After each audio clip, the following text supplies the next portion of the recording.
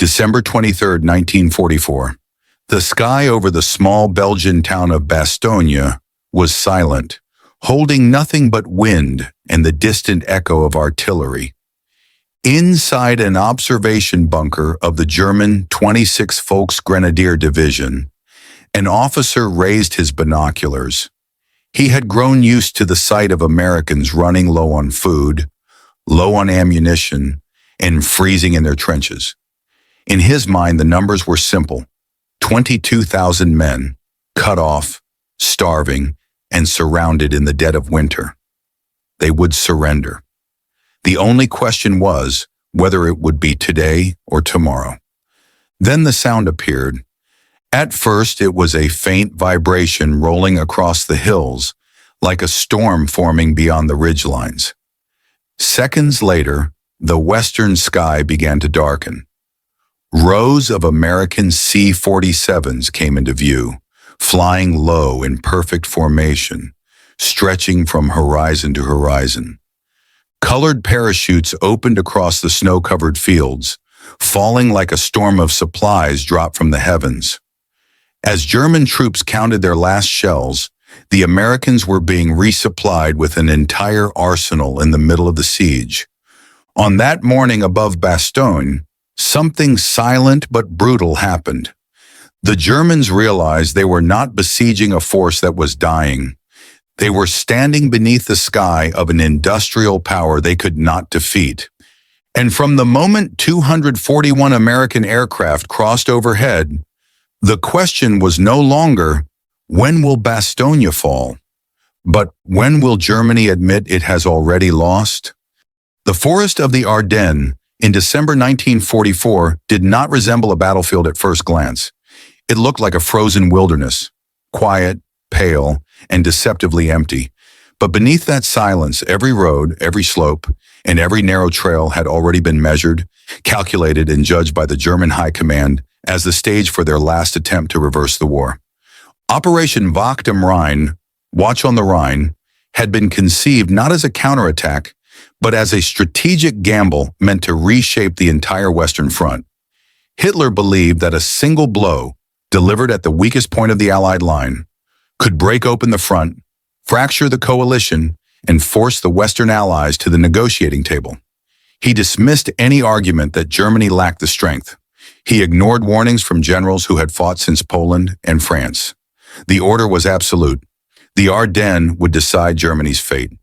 To understand the siege of Bastogne, one must understand the arithmetic behind this ambition.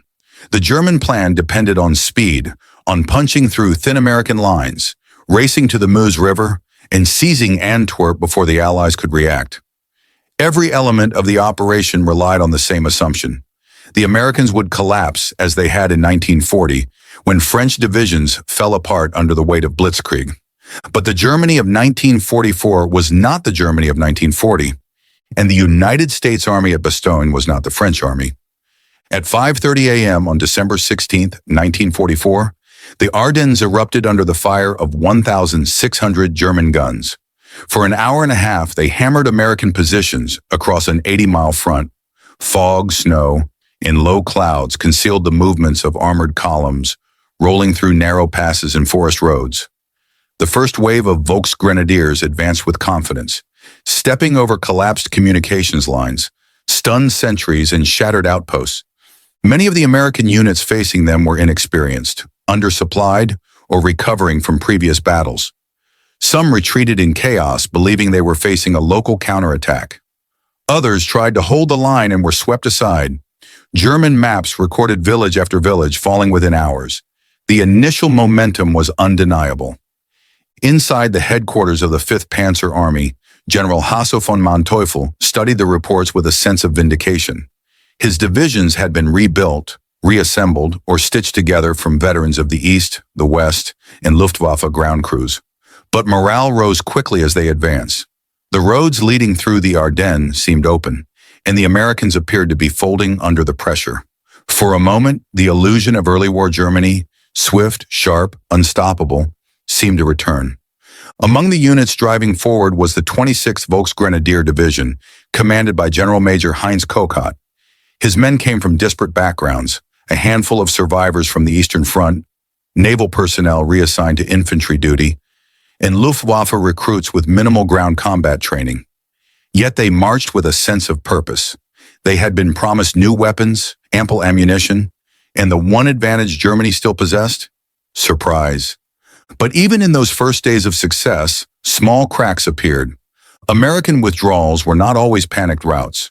Some were measured, some were deliberate, some were designed to buy time. And time was the one resource the Allies possessed in abundance. By December 18, the German advance pushed toward a crossroads town that seemed insignificant on a map but vital in the geometry of the Ardennes, Bastogne. 7 major roads converged there. 7 routes that fed American supply lines, troop movements, artillery support, and reinforcement flows. Lose Bastogne, and the American defense in the Ardennes would splinter. Hold it, and Germany's advance would lose its momentum long before reaching the Meuse. It was in this calculated convergence of roads that Bastogne became more than a town. It became a target. Von Lüttwitz, commanding the 47th Panzer Corps, understood this with clinical precision. His corps was tasked with capturing Bastogne quickly, before the Americans could bring reserves into position. He planned to attack on a 7-kilometer front using 3 divisions, the 26th Volksgrenadier, the 2nd Panzer, and Panzer Lehr in support. These units, though battered from previous campaigns, still represented some of Germany's best remaining armored formations. The 26th Volksgrenadier moved with particular determination. Its Panzerjäger battalion still possessed 14 Hetzer tank destroyers and more than 40 75mm anti-tank guns, one of the strongest anti-armor complements in the entire offensive. The division pressed through the cold, pushing westward, navigating icy forest trails packed with men and vehicles. Their orders were explicit: reach Bastogne before the Americans could fortify it. They almost succeeded. 4 hours, and that was the margin. The night of December 22nd into December 23rd was colder than any man inside the Bastogne pocket could remember. The air felt sharp, metallic, cutting through winter jackets that were never meant for Belgian weather. Wounded men shivered under blankets made from uniforms torn apart to create makeshift bandages.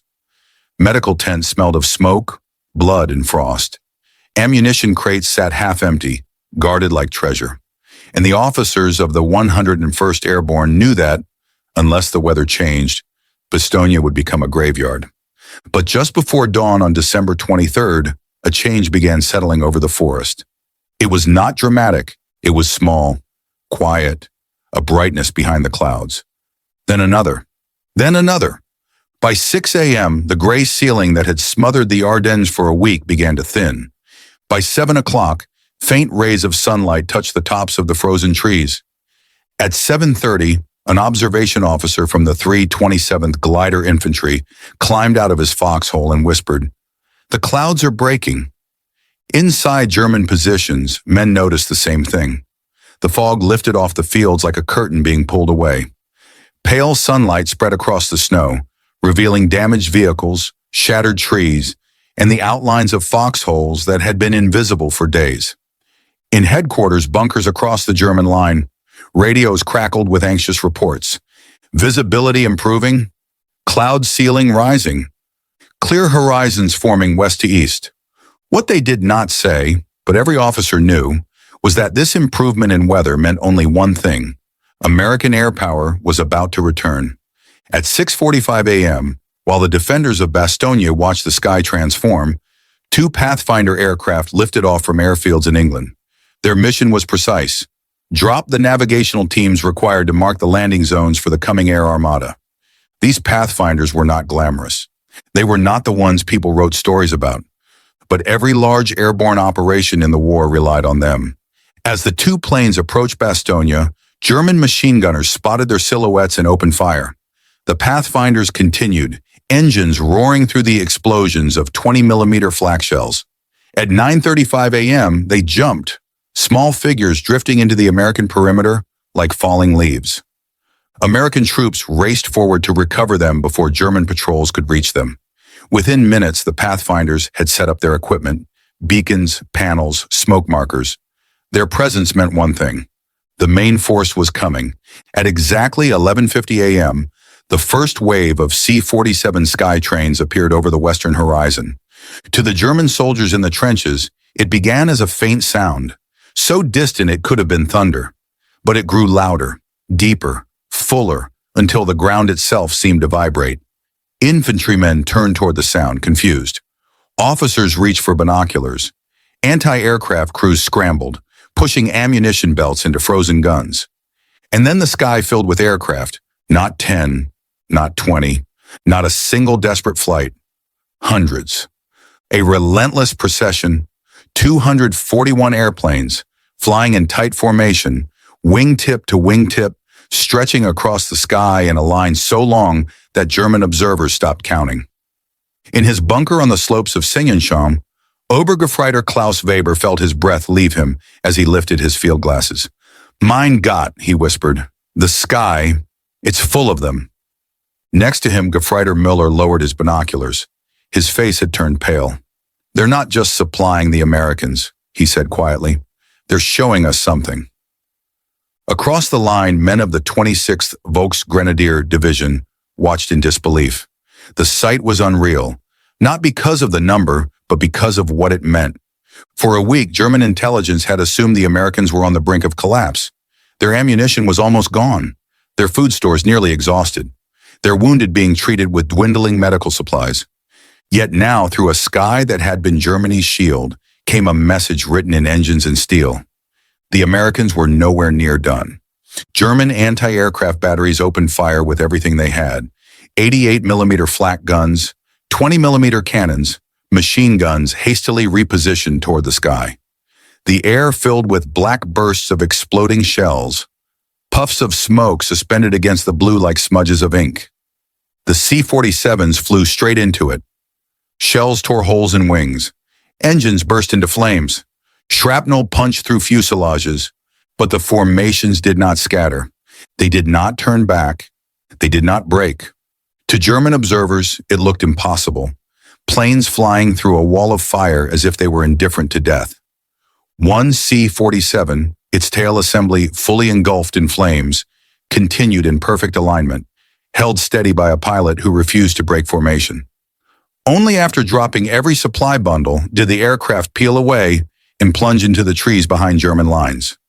The crew died completing their mission. Their sacrifice echoed across the battlefield. Even German soldiers felt it. Weber later wrote in his diary, "How do you fight men who fly into death simply to deliver food?" When the first supply doors opened, the landscape transformed. Bundles tumbled out by the dozens, then hundreds, then thousands. The sky above Bastogne became a swirling cloud of color. Red parachutes carried artillery shells and mortar rounds. Blue parachutes carried medical supplies, morphine, plasma, surgical kits. Yellow parachutes carried food, K rations, D rations, canned goods. White parachutes carried winter clothing, boots, gloves, and blankets. Green parachutes carried radios, batteries, and signal equipment. Orange parachutes carried cans of gasoline, 5 gallons each. To the Americans inside the pocket, it was salvation falling from the sky. To the Germans outside it, it was a revelation, one that hurt more than any wound. For German troops, the colors meant something different. They meant resources. They meant production. They meant factories, and they meant shipyards. And they meant a nation whose industrial capacity dwarfed everything Germany could muster. A soldier of the 26th Volksgrenadier whispered, "We are fighting a country, not an army." The C-47s were only the first act. At 2 p.m., another wave arrived, this time towing gliders. Wooden, fragile, slow, and carrying equipment too heavy to drop by parachute. Every German gun on the line turned toward them. The gliders came in low, bumping along frozen fields, landing under artillery fire. Many slammed into snowdrifts or shattered against hedgerows, but their cargo came out anyway. Inside those gliders were full surgical units, replacement artillery pieces, jeeps, communications gear, crates of ammunition, fuel drums, doctors, nurses, radio operators, and mechanics. One glider pilot landed after losing half a wing to flak. Blood ran down his face as he crawled from the wreckage. An American medic sprinted toward him with supplies that had been dropped hours earlier. The Germans watching this scene could hardly understand it. They were treating their wounded with paper bandages and sawdust. The Americans were receiving refrigerated blood in the middle of a siege. By late afternoon, the artillery battalions inside Bastogne were firing again, using ammunition that had literally fallen from the sky minutes earlier. A spotter of the 463rd Parachute Field Artillery Battalion watched a load of red parachutes drift down behind his position. 15 minutes later, the same shells were screaming overhead, crashing into German staging areas. This moment broke something deeper than morale. It broke the illusion that Germany could win through attrition. It broke the idea that cutting roads meant cutting supply. It broke the belief that siege warfare still worked. Bastogne became the demonstration of a new truth. A modern army could be supplied by air, even while surrounded. It was the end of the old way of war. From dusk until nightfall, German observers watched planes come and go, as if the sky belonged to America alone. One lieutenant of the 26th Volksgrenadier wrote, "We thought we had them by the throat, but the hand that closed was our own." Another soldier told his commander, "If they can do this once, they can do it forever." By the end of December 23rd, German intelligence estimated that more than 200 tons of supplies had reached Bastogne. They calculated the number of bundles, the quantity of food, the amount of medical material, the artillery tonnage, and the more they calculated, the worse the truth became. They were not witnessing a desperate act. They were witnessing routine capability. The realization spread quietly but thoroughly. Germany had lost the logistical war, and therefore the war itself. Inside Bastogne, paratroopers who had been down to their last handful of cartridges suddenly felt hope return. Medical tents reopened operations. Artillery units went from rationing to firing at will. Officers reorganized companies that had been on the brink of collapse. Wounded men received proper treatment. Frozen hands received gloves. Bare feet received boots. Stomachs empty for a day or more felt warm food again. A staff sergeant of the 501 summed up the mood. "We weren't saved. We were rearmed." Bastogne did not merely survive. It became stronger. When the sun set on December 23rd, the siege itself was still intact. German forces still surrounded the town. American units were still outnumbered. The weather could still turn again. Patton was still fighting to reach the pocket. But the outcome of the siege had already been rewritten, not through combat, but through arithmetic. The Germans realized that even if they held every road, every field, every forest trail, they could not starve out the 101st Airborne. The Americans realized that as long as the sky opened, they could hold forever. Von Luttwitz headquarters described the supply operation in one phrase: a devastating display of American power. General Major Kokot more quietly told an aide, "We have witnessed the end of Germany's war." He was right. December 23rd did not free Bastogne. It did not stop the German advance. It did not break the encirclement, but it broke German belief. And once belief collapses, strategy follows. By the time darkness swallowed the Ardennes that evening, every German soldier who had watched the sky understood the same truth. The war had shifted. Bastogne would not fall. The Ardennes offensive would not succeed. And the German Reich would not recover. All because, on a clear December morning, 241 American aircraft wrote a new chapter of the war across the Belgian sky. The snowfall on the night of December 23rd into December 24th should have brought relief. Snow, after all, muffles sound, softens the landscape, makes the world quiet. But inside Bastogne, every falling flake only made the suffering worse. Wounded men were moved deeper into cellars because the winter air turned their breath into clouds that hovered above their bodies like ghosts. Foxholes collapsed under the weight of ice. Every gust of wind carried the scent of cordite and frozen earth. The Americans had been resupplied. Yes, but resupply did not erase the misery. It only postponed it. Bastogne was still a place carved out of frost, smoke, and exhaustion. The temperatures dropped below -10 degrees Celsius. Frost formed on the walls of foxholes like thin crystal sheets. Helmets froze to the ground when men set them down. M1 rifles jammed unless soldiers slept with them inside their coats. Feet lost feeling. Fingers stiffened until they could barely pull triggers. A medic of the 501st Airborne recorded, "We had ammunition again, but we didn't have warm blood." Frostbite spread almost as fast as German artillery wounds. Men urinated on their own boots to thaw the leather enough to move. Blankets, when they existed, froze stiff. The wooden floors of cellar aid stations were so cold that wounded men had to be lifted onto crates to avoid freezing to death while waiting for treatment. On the line, sentries rotated every 20 minutes, not because of fatigue, but because beyond that time, their bodies stopped responding. The cold wasn't an inconvenience. It was a weapon. Food dropped on the 23rd bought time, but not abundance. Rations were still scarce, and the distribution was chaotic. Cooks worked in bombed-out garages, melting snow to boil what little they had.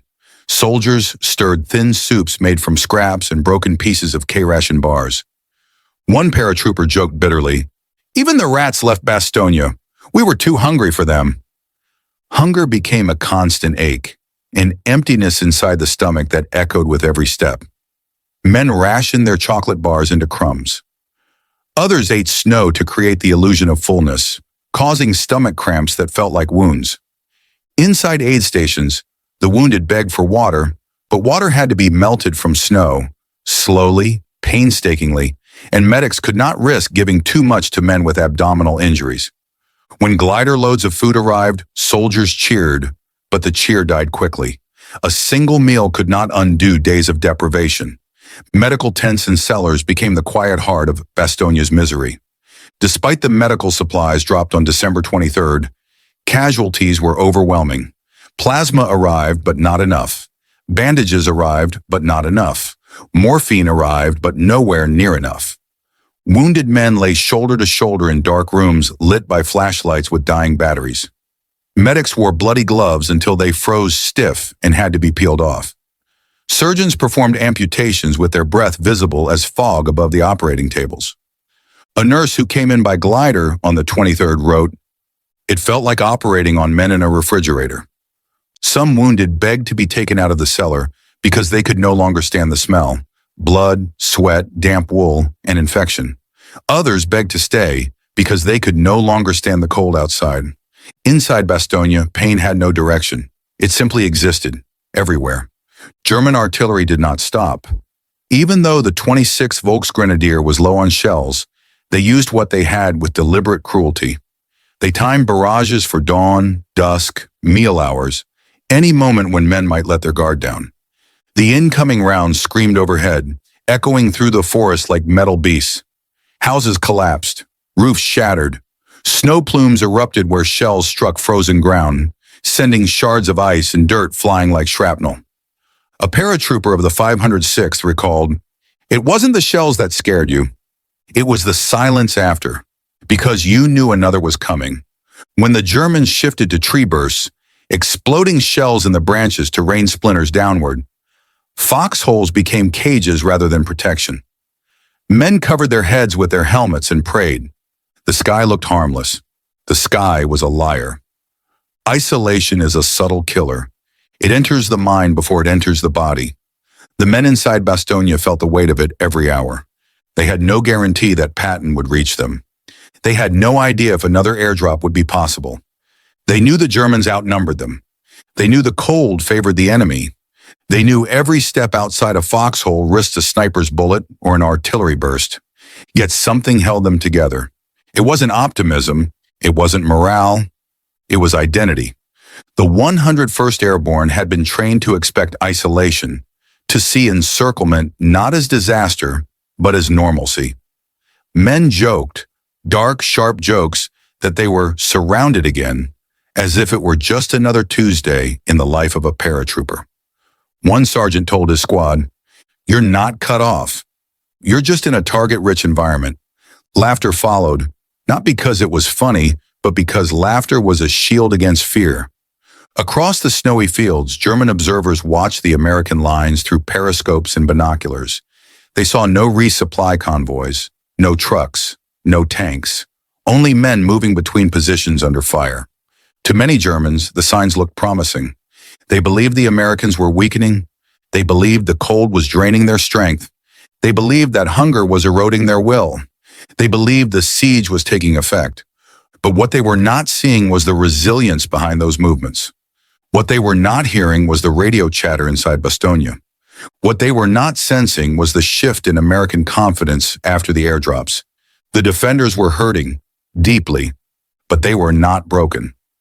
December 24th brought snowstorms that grounded American aircraft once again. The Germans celebrated quietly, convinced that the 23rd had been an anomaly, a miracle the Americans could not repeat. Inside Bastogne, the 101st endured the worst night yet. Shelling intensified. Temperatures dropped further. Wounded men cried out in pain. Food lines stretched through snow-covered courtyards as men fought their own exhaustion. Some soldiers prayed. Others sat silently, unable to think beyond the next minute. In an abandoned barn used as a field hospital, a medic knelt beside a dying private who asked, "Are we getting out of here?" The medic answered honestly, "I don't know." But the private smiled weakly. "That's okay. We held." Those were his last words.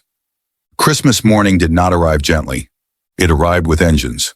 At dawn, the 15th Panzer Grenadier Regiment, reinforced by 18 Mark IV tanks, launched a coordinated assault into the thin American lines near Hemrola and Champs. In the pale light, American sentries saw dark shapes moving through the snow. Too big, too square, too fast to be anything but armor. "Tanks! Tanks!" Voices shouted along the trenches. German heavy guns opened fire. American machine guns responded. Mortars whistled overhead.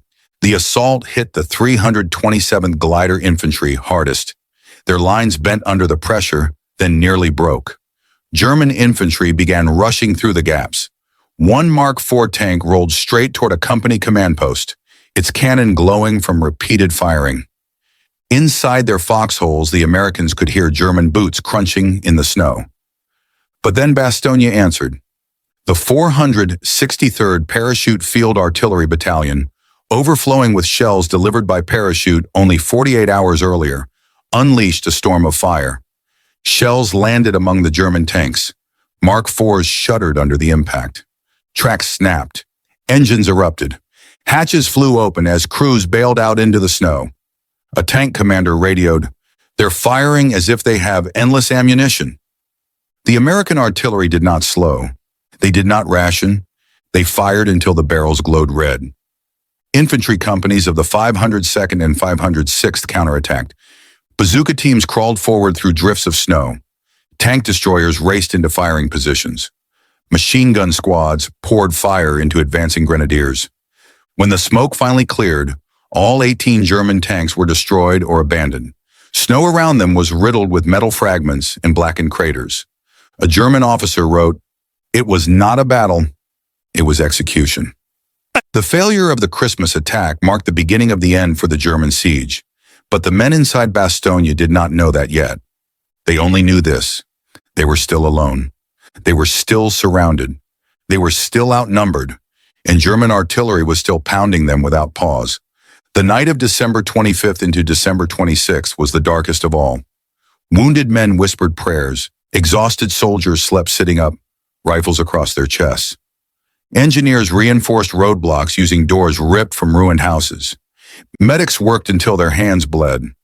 Chaplain Gordon Cosby held a service in a freezing cellar, his voice trembling as he prayed for the living and the dead.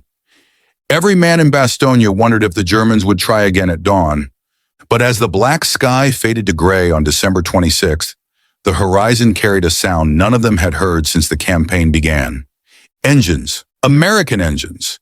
The kind that did not freeze, the kind that did not retreat, the kind that belonged to machines built to break sieges. The men of the 100 first lifted their heads. They listened, and they understood. Hell was ending. The morning of December 26th began not with artillery, but with a strange stillness. Snow covered the ruins of Bastogne in soft, uneven layers, muting the groans of wounded men and the distant crackle of dying fires. The soldiers of the 101st Airborne rose cautiously from their foxholes and cellars, expecting another assault. Instead, they found only silence, a silence heavy enough to make their breath feel louder than gunshots. For the first time in days, the Germans were not attacking.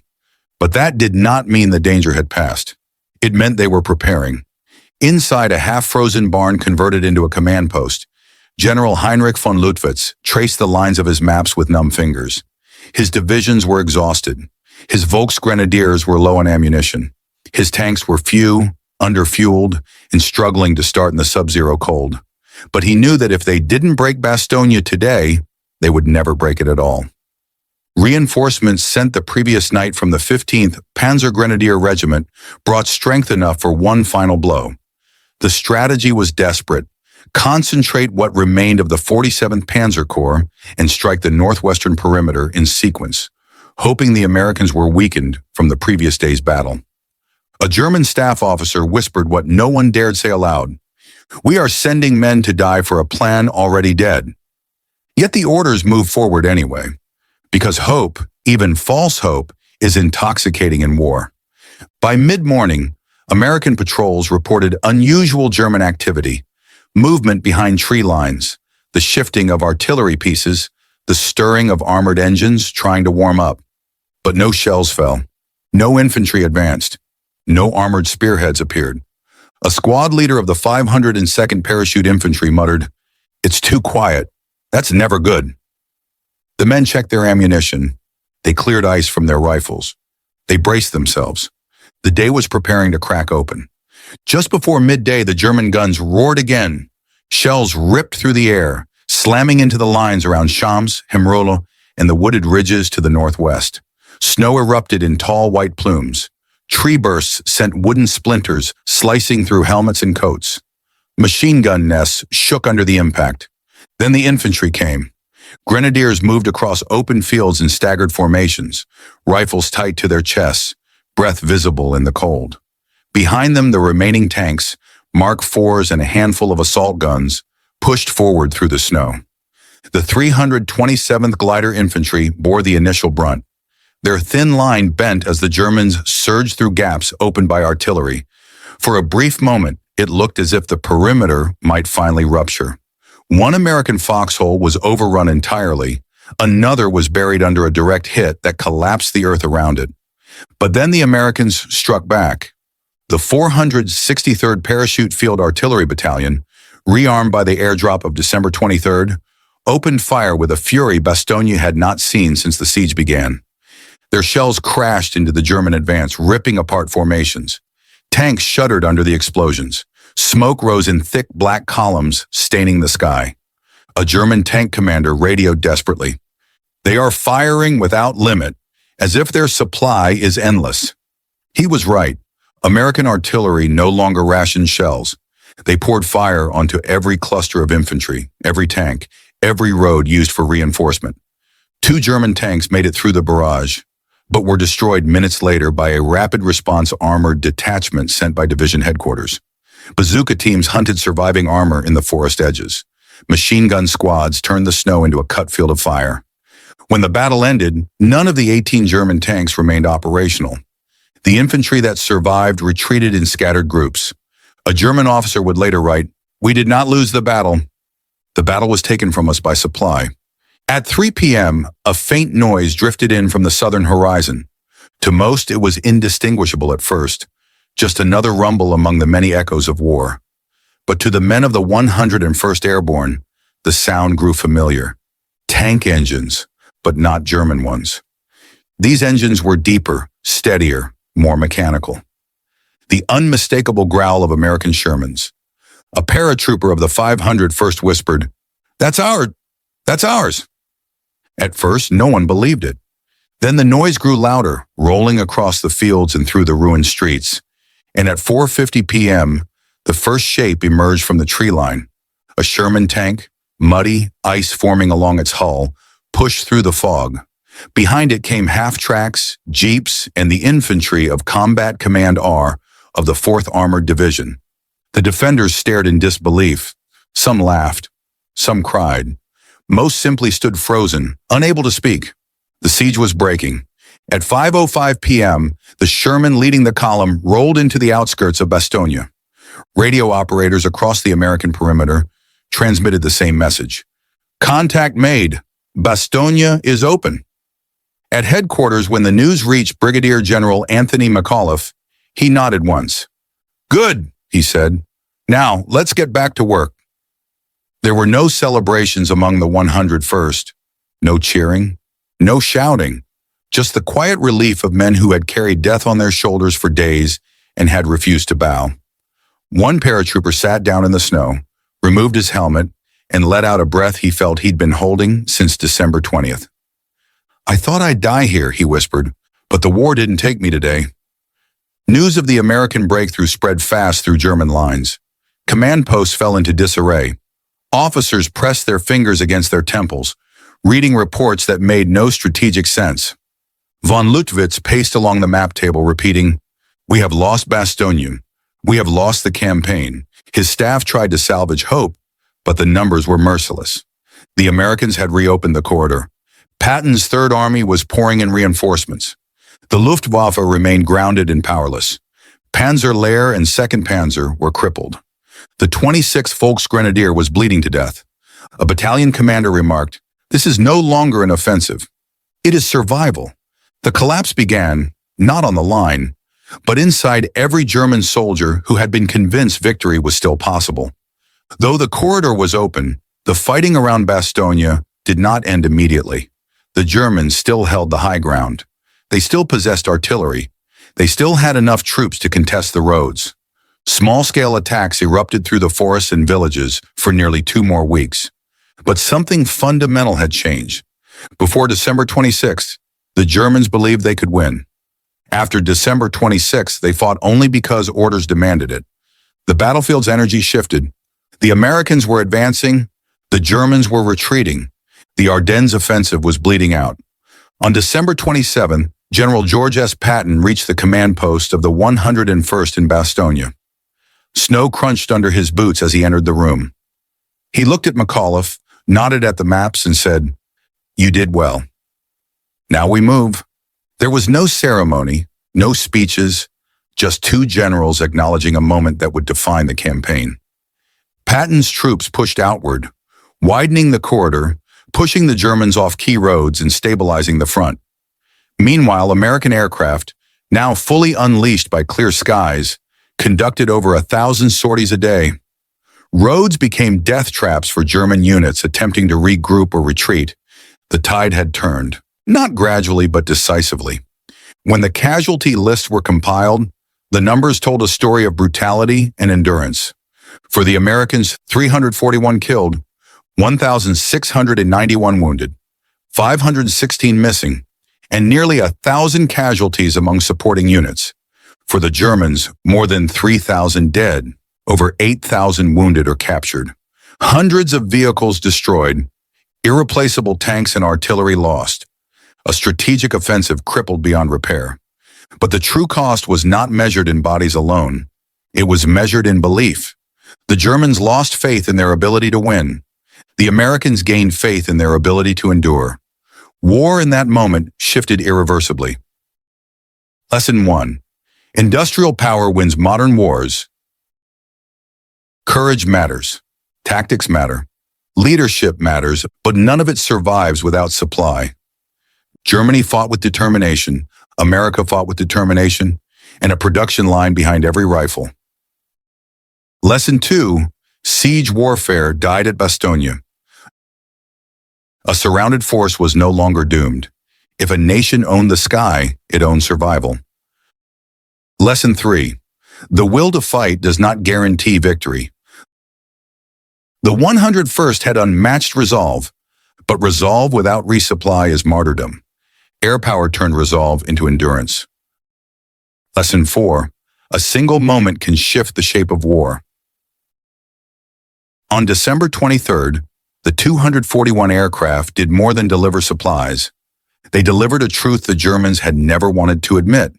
They could not match the United States. Not in manpower, not in fuel, not in machinery, not in production. And without those, no strategy, no matter how bold, could win the Ardennes. For the United States, Bastogne became a testament to grit, improvisation, and courage under impossible odds. A story of men who refused to bend, even when surrounded, frozen, and starved. For Germany, Bastogne became a bitter reminder that the war no longer turned on brilliance or audacity, but on the cold, relentless logic of logistics. For the world, Bastogne was a demonstration of the future. Air superiority would become the decisive element of modern warfare. Supply would be the true strength of a nation. Industry would be the backbone of victory. Decades after the battle, the diary of a German soldier from the 26th Volksgrenadier was found in an attic in Bavaria. His last entry captured the truth better than any general or historian ever could. On the 22nd, we offered them honorable surrender. On the 23rd, they showed us why they did not need it. On the 26th, we understood that the war was over. Another line written shakily read, "We lost not to soldiers, but to a nation that could fill the sky." And that is the final lesson of Bastogne. The battle did not end the war, but it revealed the ending, clearly, coldly, unmistakably. On a clear December morning, when 241 American aircraft crossed above a frozen Belgian town, the fate of the Ardennes -- and the fate of the Third Reich was sealed.